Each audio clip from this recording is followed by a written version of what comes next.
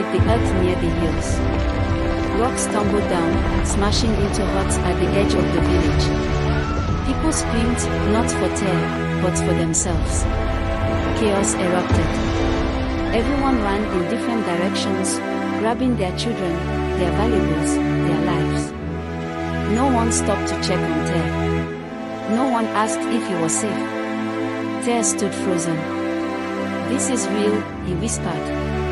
The second tremor hit harder. The ground beneath him split open slightly, and he fell, scraping his arm. He cried out.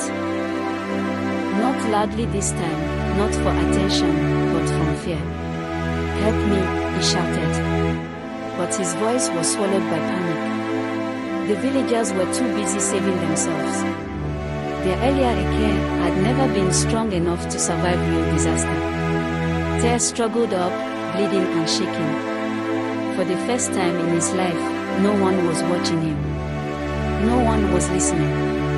And in that moment, something inside him broke, not his body, but his illusion. By nightfall, the shaking stopped.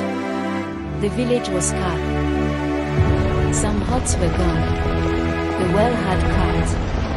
The air smelled of dust and fear.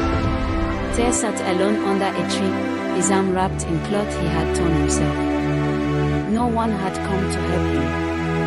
Not because they were cruel, but because when it truly mattered, everyone had their own survival to think about. The old woman returned, as quietly as before.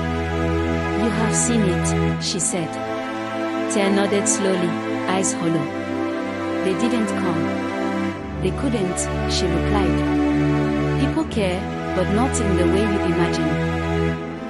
Not endlessly. Not beyond themselves." Tare swallowed hard. "So no one really cares?" The old woman sat beside him. "No one cares as much as you think," she said gently. "And that is why you must learn to stand, to act, and to live without waiting for the world to hold you." Tare looked at his wounded arm, then at the broken village.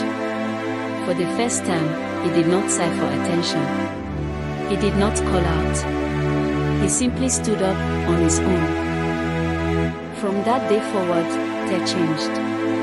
He still lived among the villagers, but he no longer performed his pain.